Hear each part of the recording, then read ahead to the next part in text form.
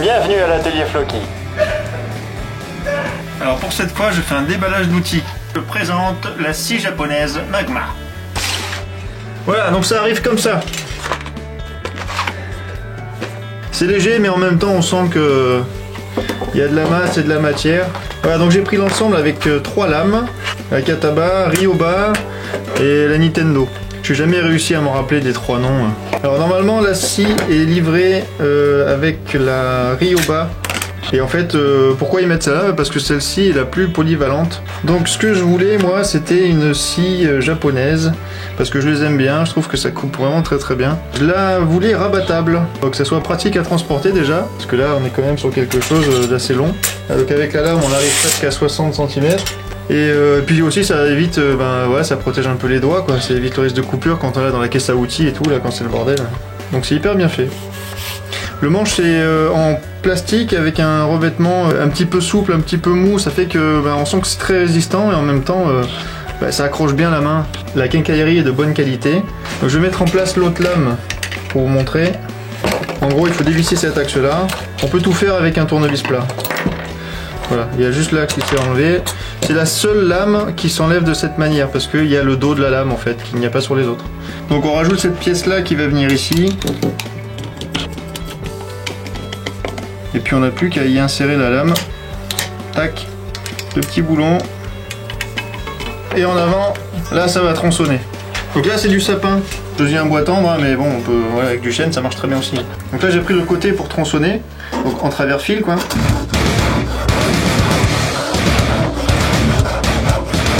Et pour déligner, juste à inverser.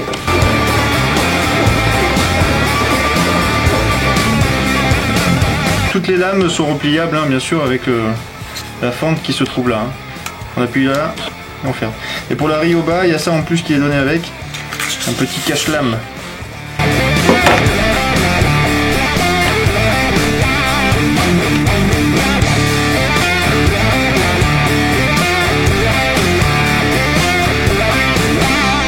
Alors bien sûr, si je vous montre ça, c'est parce que pour moi c'est de la super cam.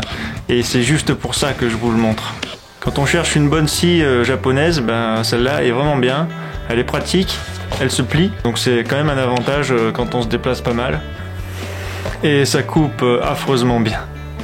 Et bien évidemment, c'est fait au Japon, il manquerait plus que ça. Question épaisseur de lame, où en sommes-nous? La Ryoba est 5/10 de millimètre. C'est la plus épaisse des 3. La Kataba, 0,3.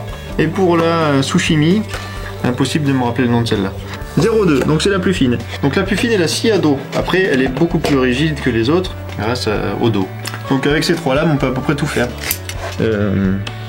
Pas question évidemment d'attaquer un tronc de 50 cm de diamètre. Voilà.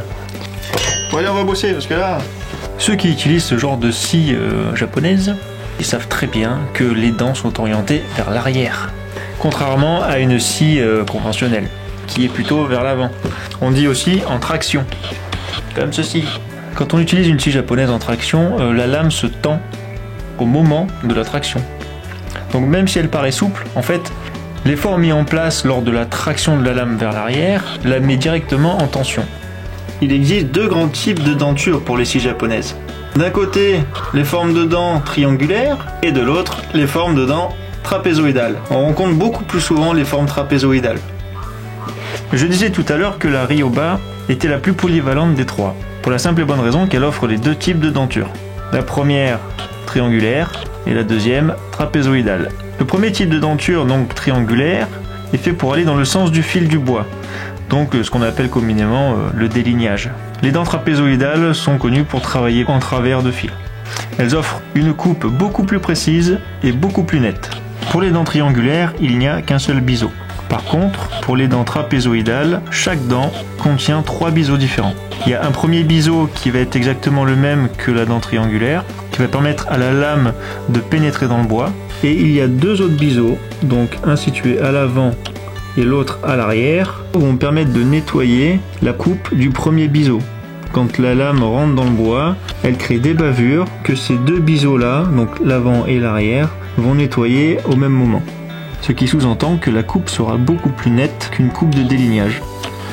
J'apporte quand même une petite précision sur l'avoyage. Donc un petit rappel, l'avoyage, c'est le fait d'alterner une dent à gauche, une dent à droite, ou autrement avec une dent à droite, une dent au centre, une dent à gauche. En fait, c'est ce qui va permettre à la lame de la scie de ne pas se coincer dans le bois quand on arrive à une certaine profondeur. C'est donner de la voix, globalement. Alors évidemment, on ne donne pas de la voix comme Freddie Mercury. Ça n'a rien à voir. Il existe bien sûr un avoyage sur ces lames, mais qui est beaucoup moins prononcé que sur les lames conventionnelles. Parce que déjà, la lame est beaucoup plus fine en épaisseur. Et d'autre part, elle ne s'utilise pas du tout de la même manière.